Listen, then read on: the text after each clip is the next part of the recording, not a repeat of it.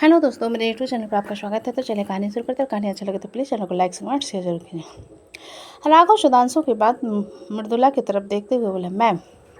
मृदुला राघव की एक नज़र घूरने के बाद सुधांशु को उंगली दिखाते हुए, तुमसे इस बदतमीजी का हिसाब ऐसे लूंगी, घुटने टेक कर रोना पड़ेगा तुम्हें। मृत्युंजय मृदुला की बात सुनकर बोला, मेरा साला हर किसी लड़की से बात नहीं करता।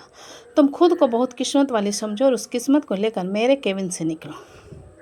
मृत्युंजय की बात पर मृदुला सुधांशु की तरफ देखते हुए बोले, अच्छा तो तुम उसे 2 कौड़ी की लड़की के 2 कौड़ी भाई हो। जिसे सुनकर सुधांशु अपना सिर हिलाते हुए बोले, जी हाँ, और शायद जब तुमने इस 2 कौड़ी के लड़के के गर्लफ्रेंड के हाथ से जब मार खाया तो तुम्हें तुम्हारी खुद की औकात पता चल गई थी। सुधांशु की बात सुनकर मृत्युंजय थोड़ा हैरान होकर बोला, गर्लफ्रेंड मार? क्या तुम लोग पहले भी मिल चुके हो? सुधांशु मृत्युंजय के बाद अपना सिर हिलाते हुए बोला, बिल्कुल हाँ जीजी। आंखों में पट्टी बांधकर चल रही थी, पुल में गिर गई। मैंने मदद की तो उल्टा मुझे 1 थप्पड़ रसीद दिया, तो ध्रुवी ने इसके 1 थप्पड़ रसीद दिया। मैं तो ले गया ध्रुवी को, वरना उस दिन ये आंटी बुढ़ी हो जाती। सुधांशु के बाद पर मृत्युंजय को हंसी आती है, लेकिन वो अपने चेहरे को सीरियसनेस बनाए हुए राघव की तरफ देख कर कहता है, शायद तुम्हें बोनस नहीं चाहिए राघव, काफ़ी वक्त से तुम यहाँ पर कॉमेडी देख रहे हो। राघव मृत्युंजय की धमकी पर मृदुला की तरफ देखते हुए जल्दी से बोला, मैम प्लीज़, वरना मुझे सिक्योरिटी बुलानी पड़ेगी। मृदुला सुधांशु को नफरत भरी नज़रों से घूरते हुए मृत्युंजय के केबिन से बाहर चली जाती है। उसके जाने के बाद मृत्युंजय सुधांशु की तरफ देखते हुए बोला, तुम तो बड़े जहरीले नाग हो यार, आपको भी अपने आप को डसवाना है जीजा। सुधांशु ने मृत्युंजय को घूरते हुए कहा, जिस पर मृत्युंजय अपना सिर नहीं में हिलाकर बोला, मैंने क्या किया जो तुम मुझ पर चढ़ रहे हो? वो बेहुदा लड़की मेरी दीदी के बारे में जैसे चाहे वैसे कह रही थी और आप बस सुन रहे थे। उसके कान के नीचे 1 लगाना चाहिए था। सुधांशु ने गुस्से में कहा, जिसे सुनकर मृत्युंजय बोला, तुम भी तो मार सकते थे, मैं क्यों अपने हाथ गंदे करूं? मुझे ऐसे संस्कार नहीं दिए गए कि लड़की पर हाथ उठाओ, इसलिए मैंने कुछ नहीं किया। सुधांशु ने कहा, जिस पर मृत्युंजय बोला, हाँ मेरे घर वालों ने तो मुझे ऐसे संस्कार दिए हैं कि हाँ, कोई भी कुछ कहे तो सीधा कान के नीचे 1 रपेटा रसीद दो। लड़का है या लड़की देखने की जरूरत नहीं है, बुढ़ा बूढ़ी हो तो भी मारो, हाँ ना। जिसे सुनकर सुधांशु इरिटेट होकर, बस यार मुझे आपसे बहस नहीं करनी, आप तो लड़की से भी ज़्यादा इरिटेट करते हैं। मृत्युंजय सुधांशु की बात सुनकर उसे घूरने लगा कि सुधांशु सोफे के पास जाकर कॉफ़ी टेबल से आईपैड उठाकर मृत्युंजय के सामने रखकर बोला, मैंने आपके कलेक्शंस और प्रेजेंटेशन के एक छोटा सा बजट बनाया है, लेकिन मुझे अभी काफ़ी सीखने की ज़रूरत है, इसलिए प्लीज़ आप मुझे कुछ बताओगे? सुधांशु के बाद में मृत्युंजय हाथ आगे बढ़ाकर आईपैड ले लेता है और सुधांशु के बनाए प्रेजेंटेशन और डायग्राम को देखने लगता है और सुधांशु मृत्युंजय की तरफ देखने लगता है। पूरे प्रेजेंटेशन को देखने के बाद मृत्युंजय सुधांशु की तरफ देखकर बोला, तो तुम शुरू से शुरू करना चाहते हो? सुधांशु अपना सिर हिलाते हुए बोला, जी हाँ, बिल्कुल उसी तरह जैसे पापा ने शुरू किया था। जिसे सुनकर मृत्युंजय अपना सिर हिलाकर बोला, ठीक है, तुम्हें किसी की हेल्प चाहिए इस काम के लिए? सुधांशु अपनी गर्दन नहीं में हिलाकर बोला, मैं पापा को सीधा हमारे नए रेस्टोरेंट में लेकर चलूँगा, जिसकी रिनोवेशन की जिम्मेदारी मैं आपको दूंगा। क्योंकि मृत्युंजय सारंग के कलेक्शंस बहुत अच्छे होते हैं। मृत्युंजय ने सुधांशु की बातों को बीच में काट कर कहा, जिसे सुनकर सुधांशु मुंह बनाते हुए बोला, अच्छा ठीक है, तो आप मेरे जीजा जी हो तो थोड़ा डिस्काउंट तो मिलेगा ना? सुधांशु की बात सुनकर मृत्युंजय उसे देखते हुए बोला, अच्छा यहाँ पर राशन बिकने वाला काम चल रहा है क्या, जो तुम्हें डिस्काउंट चाहिए? सुधांशु अपना सिर हिलाते हुए बोले, ठीक है, मैं दीदी से बात कर लूँगा। जिसे सुनकर मृत्युंजय अपनी आंखें छोटी करके बोला, अच्छा तुम मुझे धमकी दे रहे हो? आपको क्या लगता है जीजे? सुधांशु ने हल्का मुस्कुरा कर कहा, जिसे देखकर मृत्युंजय उसे इग्नोर करते हुए बोला, अच्छा ठीक है, तुम्हें और कोई दूसरा काम नहीं है क्या? सुधांशु आईपैड लेकर उसमें फाइल को सेव करते हुए बोला, फिलहाल तो मैं आपकी बहन को डेट पर लेकर जा रहा हूँ, क्योंकि मुझे शाम के शिफ्ट में जानी है। जिसे सुनकर मृत्युंजय कुछ पल चुप रहकर धीरे से बोला, मैंने सुना था धैर्य तुम्हें 50 करोड़ ऑफर कर रहा है ध्रुवी से ब्रेकअप करने के लिए। मृत्युंजय की आवाज़ पर सुधांशु तिरछी नज़र से उसकी तरफ देखते हुए बोला, तो आपके दिमाग में क्या चल रहा है? मृत्युंजय अपना सिर नहीं में हिलाकर बोला, मैं कुछ नहीं बोल रहा हूँ, तुम सच्चा प्यार करते हो ध्रुवी से, ध्रुवी भी तुमसे बहुत प्यार करती है। अगर तुम ध्रुवी से शादी कर लेते हो तो 50 करोड़ क्या, तुम्हें तो 500 करोड़ भी मिलेगा। मैं आपको आपकी जानकारी के लिए बता दूं, मुझे उससे ज़्यादा कि एक धूल भी नहीं चाहिए। मैं एक इंडिपेंडेंट लड़का हूं और मैं खुद के ऊपर डिपेंड रहना पसंद करता हूं, क्योंकि मुझ में इतना टैलेंट है कि मैं 500 करोड़ क्या 1,000 करोड़ कम बना सकता हूँ, इसलिए अपनी ये बिजनेसमैन वाली आइडिया मुझे मत दीजिए। सुधांशु ने सख्त आवाज़ में कहा, जिसे सुनकर मृत्युंजय उसे इग्नोर करते हुए बोला, तुम जैसे अड़ियल और घमंडी लड़के से कुछ कहना ही बेकार है। सुधांशु मृत्युंजय को एक नज़र घूरने के बाद उसके केबिन से बाहर चला जाता है। सुधांशु के जाने के बाद मृत्युंजय राघव की तरफ देखते हुए बोला, तुम्हें क्या हुआ? राघव अपने सिर नहीं में हिलाकर बोला, कुछ भी तो नहीं बॉस। यह सुनकर मृत्युंजय राघव से बोला, घर में कोई प्रॉब्लम है क्या?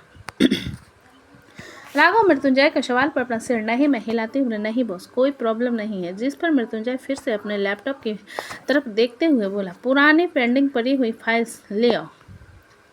राघव अपना सिर हिलाकर केबिन से बाहर चला जाता है। उसके जाने के बाद मृत्युंजय उसे जाता हुआ देखते हुए फिर से अपने लैपटॉप में लग जाता है। ब्लैक माम्बा स्टूडियो में विप्लव अपने टीममेट्स अलीना, जोया, रचित और सुनील कुमार गुप्ता सभी लोग के साथ बैठा हुआ था। जिस पर जोया विप्लव की तरफ देखते हुए बोले, हम यहाँ पर क्यों बैठे हैं वीएस?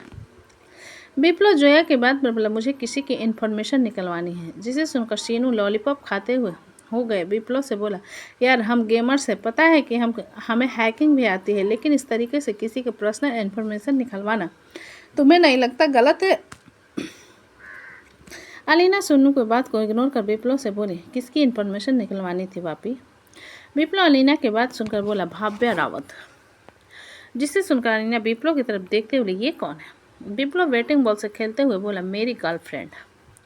विप्लव की बात सुन अलीना हैरानी से उसकी तरफ देखने लगी तो जोया उसके हाथ पर नीचे से हाथ रखते हुए विप्लव से बोली, लेकिन वीएस, हम लोगों ने तय किया था कि जब तक हम अपनी खुद की कंपनी गेमिंग डेवलपमेंट के लिए रेडी ना कर ले, हम रिलेशनशिप में नहीं आएंगे। रजित जोया का साथ देते हुए विप्लव से बोला, जोया बिल्कुल सही कह रही है, इसलिए जब मेरी पड़ोसन ने मुझे प्रपोज किया तो मैं सीधा ना कह दिया, और आप हमारे लीडर होकर प्रॉमिस को ब्रेक कर रहे हो, ये गलत है।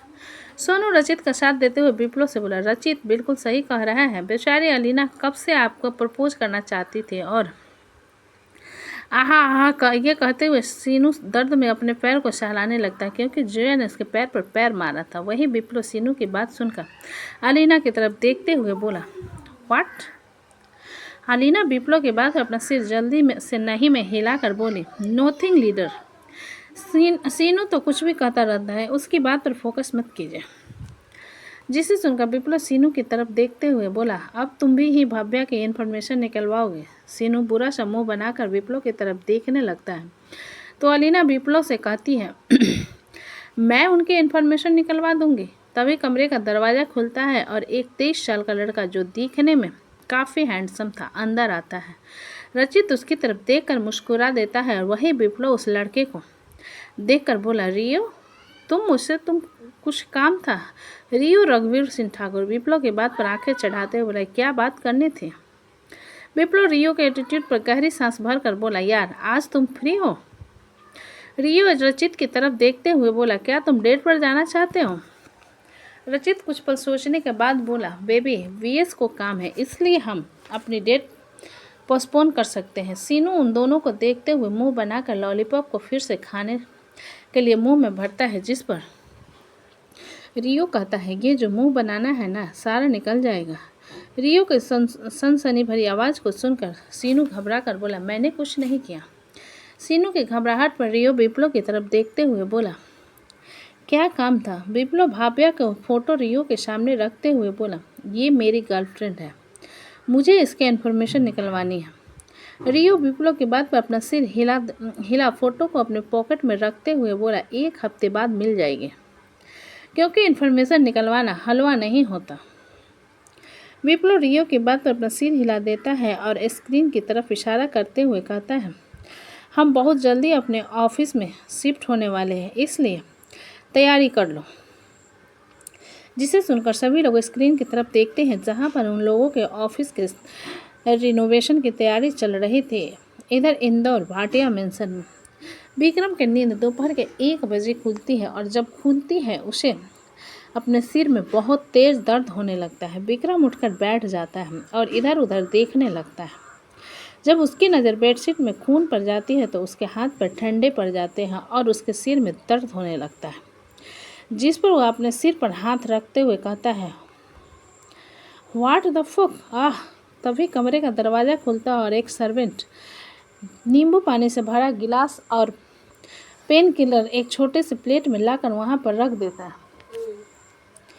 विक्रम नींबू पानी को देखते हुए सर्वेंट से बोला, मैडम कहाँ है? मैडम ने इंटर्नशिप के लिए अप्लाई किया था, उसी के इंटरव्यू के लिए कंपनी गई हुई है, सर्वेंट ने जवाब दिया। जिसे सुनकर विक्रम और कुछ ज़्यादा सवाल ना करते हुए चुपचाप नींबू पानी उठाकर टॉवेल पहनते हुए बाथरूम की तरफ चला जाता है। कुछ देर बाद विक्रम फ्रेश होकर बाथरूम पहनकर आता है और अपने फ़ोन को निकाल आरू को कॉल करता है, लेकिन आरू उसका कॉल अटेंड नहीं करती। आरू के कॉल अटेंड न करने पर विक्रम फ़ोन को देखते हुए खुद से बोला, क्या वो मुझसे नाराज़ है कि मैं उसकी पीरियड टाइम पर उसके साथ फिजिकल रिलेशन बनाए? इतना सोचते हुए विक्रम वही उसी हालत में सोफे पर बैठ जाता है और आरू के फ़ोन को ट्राई करने लगता है। करीब 20 बार कॉल करने के बाद भी आरू उसका कॉल अटेंड नहीं करती, तो गुस्से में वो फ़ोन को वहीं पर फेंक कर तोड़ देता है और धीरे धीरे समय गुजारने लगता है। और 4 बजे आरू की गाड़ी आकर मेंशन के बाहर रुकती है और आरू अपने हाथ में शॉपिंग बैग पकड़े अंदर आती है। धीरज जी अपने काम से आ चुके थे, वही लिविंग हॉल में बैठे हुए थे। उन्हें देखकर आरू मुस्कुराते हुए एक बैग उनकी तरफ बढ़ाकर बोली, पापा मैं ये आपके लिए लिया है। जिसे सुनकर धीरज जी उसके हाथ से बैग लेकर बोले, इतनी सारी शॉपिंग और तुम्हारा इंटरव्यू कैसा गया? जिस पर आरू मुस्कुराते हुए बोली, उन्होंने कहा है कि वो कल तक मुझे बता देंगे कि मुझे ये जॉब मिली है या फिर नहीं, और ये शॉपिंग रक्षाबंधन के लिए है। उसके बाद आरू एक छोटे से बैग से राखी निकालकर धीरज जी के सामने रखते हुए बोली, और मैंने ये भाई के लिए ख़रीदा है। धीरज जी इतनी सारी राखियाँ को देखकर बोले, इतनी सारी राखियाँ? आरू राखी को धीरज जी को दिखाते हुए बोले, मैंने मुंबई में सारे भाई के लिए खरीदी है और ऋतिक जीजू के लिए भी खरीदा है। धीरज जी आरू की बात सुनकर मुस्कुराते हुए बोले, चलो अच्छा किया, वैसे शाम हो चुकी है, मैं तुम्हारे लिए अच्छी सी कॉफ़ी बनवाता हूँ, तुम जाकर सारा सामान रख दो।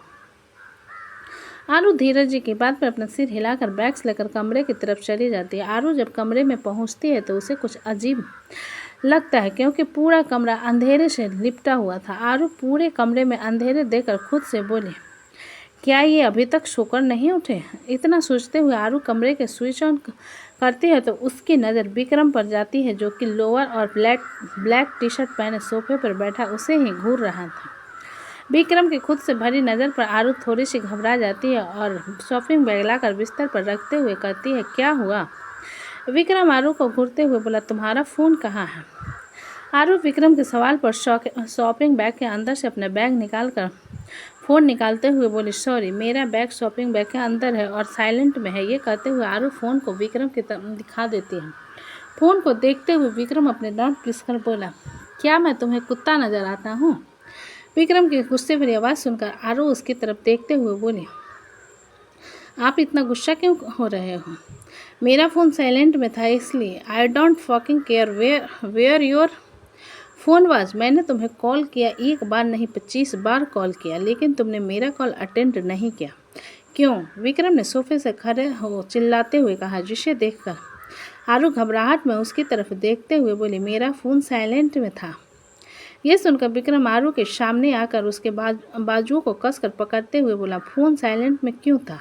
कहाँ गए थे तुम जो तुम्हारा फ़ोन साइलेंट में था? आरू विक्रम के हाथ को अपने बाजू से हटाने की कोशिश करते हुए बोले, आपने पी रखी है क्या? आप मुझसे बदतमीजी कर रहे हो। विक्रम आरू के हाथ पर अपनी पकड़ और मजबूत करते हुए बोला, बॉडीगार्ड के साथ गई थी या अकेले? पहले आप मेरा हाथ छोड़ो, फिर मैं आपको सारे जवाब दूंगी। आरू ने विक्रम को देखते हुए कहा, जिस पर विक्रम उसके हाथ को छोड़कर बोला, बताओ मुझे। तो दोस्तों कहानी कैसी लगी मुझे कमेंट में लिखें। अच्छी लगे तो प्लीज़ चैनल को लाइक करें, सब्सक्राइब करें और ज़्यादा से ज़्यादा शेयर करें। कहानी को पूरा सुनने के लिए धन्यवाद।